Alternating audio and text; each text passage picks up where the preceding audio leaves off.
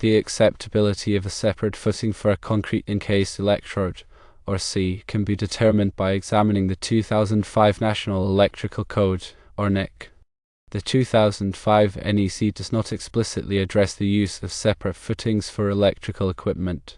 However, it does require that grounding electrodes be installed in accordance with the manufacturer's instructions, as per Article 250.50. The manufacturer's instructions for most grounding electrodes, including concrete encased electrode footings, typically specify that they should be installed in undisturbed soil and in contact with the earth. A separate footing that is not connected to the building's foundation and has no weight bearing on it may not provide the necessary contact with the earth to ensure proper grounding. If chipping into the existing footing is not feasible due to structural concerns, there are other alternatives that could be considered. Firstly, consider concrete encasement. Install the concrete encased electrode in a concrete encasement that is securely attached to the building's foundation or a nearby utility pole. The encasement should be filled with conductive concrete or other approved grounding material. Secondly, a grounding loop electrode system can be installed, consisting of a bare copper or galvanized steel wire buried in a trench around the building. The wire should be connected to the concrete encased electrode and to other grounding electrodes, such as water pipes or buried rods. Thirdly, a grounding plate can be installed. Install a grounding plate that is buried in the ground and connected to the concrete encased electrode. The plate should be made of a conductive material, such as copper or stainless steel. Based on the concerns about the separate footing, it would be advisable to explore alternative grounding methods that provide better contact with the earth. Chipping into the existing footing should be avoided if possible, but if it is the only viable option, it should be done with the approval of the structural engineer. Additional considerations for grounding and bonding systems include the importance of minimizing impedance. A low impedance ground fault current path is essential for effective operation of overcurrent protective devices. The goal is to create a path that allows sufficient current to flow back to the source to quickly trip a breaker or blow or fuse in the event of a fault. This is achieved by ensuring all metallic components of the electrical system are properly bonded together, creating a continuous electrical path. Grounding electrode systems are designed to provide a reference point for voltage and to dissipate electrical surges into the earth. However, they are not intended to clear ground faults. The effectiveness of a grounding electrode depends on several factors, including soil resistivity, the size and type of electrode, and the depth at which it is buried. In areas with high soil resistivity, it may be necessary to install multiple grounding electrodes to achieve an acceptable grounding resistance. When installing grounding electrodes, it is important to avoid underground utilities and structures. Before digging, always call the local utility companies to locate any buried lines. This will help prevent damage to the utilities and ensure the safety of the workers. The National Electrical Code, or NEC, provides specific requirements for the size and type of grounding conductors used in electrical systems. The size of the grounding conductor is based on the size of the ungrounded conductors in the circuit. It is important to use the correct size grounding conductor to ensure adequate protection against ground faults. Bonding is the process of connecting all metallic parts of an electrical system together to create a continuous electrical path. This includes metal conduits, enclosures, and equipment grounding conductors. Bonding helps to reduce the impedance of the ground fault current path and ensures that overcurrent protective devices operate quickly in the event of a fault. The NEC requires that all metal water piping systems be bonded to the electrical system. This helps to prevent electrical shock hazards in the event of a ground fault. The bonding connection should be made as close as possible to the point where the water pipe enters the building. In addition to bonding metal water pipes, the NEC also requires that other metallic systems, such as gas piping and HVAC ductwork, be bonded to the electrical system. This helps to create a comprehensive bonding system that minimizes the risk of electrical shock hazards. When installing bonding jumpers, it is important to use the correct size conductor and to make sure that the connections are tight and secure. Loose or corroded connections can increase the impedance of the ground fault current path and reduce the effectiveness of the bonding system. Surge protective devices, or SPDs, are used to protect electrical equipment from voltage surges caused by lightning or other transient events. SPD are installed in parallel with the electrical system and divert surge current to ground. The NEC requires that SPD be installed in certain locations, such as service entrances and panel boards. When selecting an SPD, it is important to choose one that is rated for the voltage and current of the electrical system. It is also important to choose an SPD that is listed by recognized testing laboratory such as Underwriters Laboratories or all. Ground fault circuit interrupters, or GFCIs, are used to protect people from electrical shock hazards. GFCIs monitor the current flowing in a circuit and detect any imbalance between the hot and neutral conductors. If an imbalance is detected, the GFCI trips the circuit and cuts off the power. The NEC requires that GFCIs be installed in certain locations such as bathrooms, kitchens, and outdoor areas. When installing a GFCI, it is important to follow the manufacturer's instructions carefully. It is also important to test the GFCI regularly to make sure that it is working properly. Electrical safety is an important consideration in any electrical installation. It is important to follow all applicable codes and standards to ensure that the electrical system is safe and reliable. Only qualified electricians should perform electrical work.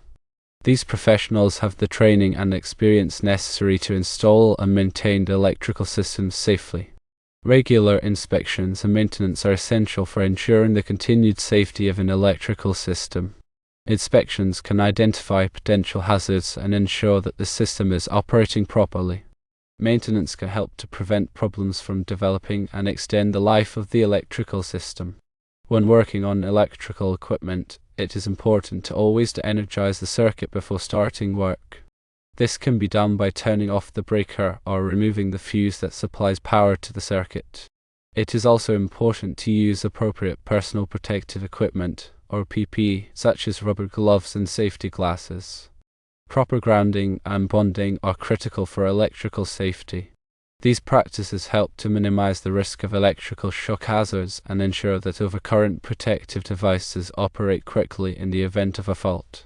The information provided here is intended for general guidance only and should not be considered a substitute for professional advice. Always consult with a qualified electrician or engineer before making any changes to an electrical system. The NEC is a comprehensive document that provides detailed requirements for electrical installations. It is important to be familiar with the NEC and to follow its requirements carefully. Continuing education is essential for staying up to date on the latest electrical codes and standards. Electricians and engineers should participate in continuing education courses regularly to maintain their knowledge and skills.